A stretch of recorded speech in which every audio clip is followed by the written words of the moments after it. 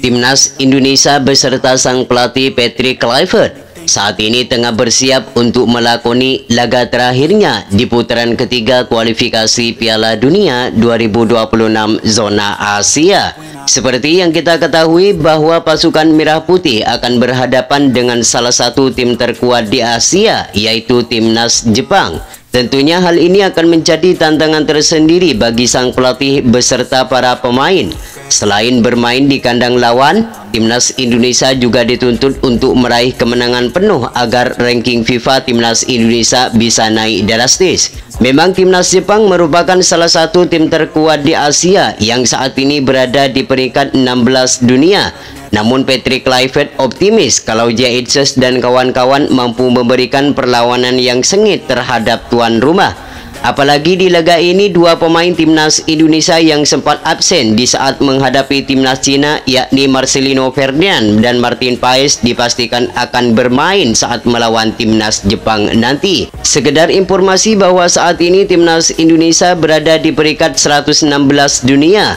Namun jika mampu menang saat melawan Jepang, Timnas Indonesia bisa naik ke peringkat 110 dunia.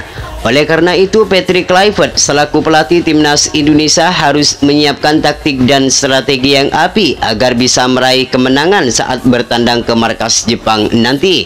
Lantas bagaimanakah Patrick Kluivert meracik strateginya di laga melawan Timnas Jepang ini? Dan berikut ini merupakan potensial starting line up Timnas Indonesia versus Timnas Jepang di laga terakhir putaran ketiga kualifikasi Piala Dunia 2026 zona Asia. Oke, yang pertama di sektor penjaga gawang, di mana posisi ini akan kembali menjadi milik Martin Paes sebagai penjaga gawang utama bagi skuad Merah Putih. Emil Audero sudah melakoni debutnya bersama Timnas Indonesia. Ini giliran Martin Paes yang akan menjaga gawang skuad Merah Putih. Martin Paes merupakan kiper yang berpengalaman di kancah internasional. Kemampuannya bersama Timnas Indonesia sudah terbukti di beberapa pertandingan. Beberapa penyelamatan sering dipertontonkan oleh pemain asal FC Dallas itu. Tidak hanya mempunyai refleks yang sangat baik, Martin Paes juga mempunyai ketenangan serta keberanian dalam mengantisipasi berbagai tendangan keras dari lawan. Menghadapi Timnas Jepang ini, Martin Paes diharapkan kembali tampil maksimal agar bisa meraih kemenangan di laga terakhirnya di putaran ketiga ini. Kemudian di sektor lini pertahanan, untuk mengawal Martin Paes, trio Jaidses, Rizky Ridho, serta Justin Hubner akan kembali menjadi andalan bagi pasukan Patrick Kluivert. Tentu kita sudah mengetahui kemampuan trio bek sejajar ini. Mereka selalu tampil solid di area pertahanan. Sejak trio ini tampil bersama Timnas Indonesia, mereka hanya menelan satu kali kekalahan. Itu pun saat berhadapan dengan Timnas Jepang di pertemuan pertama lalu. Selebihnya trio Jaidses, Rizky Ridho, dan Justin Hubner belum terkalahkan jika bermain bersama. Mereka tidak hanya bermain sebagai defender, tetapi mereka juga menjadi satu untuk membentuk tembok yang kokoh di lini pertahanan. Jaidses akan lebih bermain tenang sambil mengontrol permainan dari belakang.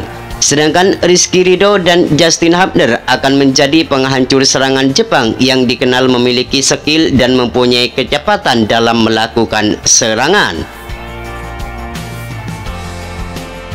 Sedangkan untuk wingback kiri dan wingback kanan akan menjadi milik Kevin Dix dan Calvin Verdong. Kevin Dix merupakan pemain yang sangat berpengalaman di kompetisi benua Eropa. Bahkan Kevin Dix meraih 2 gelar juara di liga musim ini. Kekuatan fisik serta kecepatan yang selalu menjadi andalannya akan menjadi nilai tambahan untuk menjegal pemain Jepang. Di laga ini Kevin Dix kemungkinan bakal berhadapan dengan Kaoru Mitoma. Kaoru Mitoma merupakan pemain lincah yang mempunyai dribbling yang sangat baik. Kevin Dix diharapkan memberi kontribusi yang maksimal bagi Timnas Indonesia untuk meraih kemenangan di laga terakhir putaran ketiga ini. Sedangkan Calvin Verdong, tentu kita sudah mengetahui betapa solidnya pemain yang satu ini. Sejak debut dengan Timnas Indonesia, pemain berusia 28 tahun ini belum pernah tergantikan di setiap pertandingan Garuda. ketenangan serta kepiawaiannya dalam merebut bola dari lawan, maka tak heran jika pemain asal NSC Nijmegen ini selalu menjadi pilihan utama di setiap pertandingan timnas Indonesia.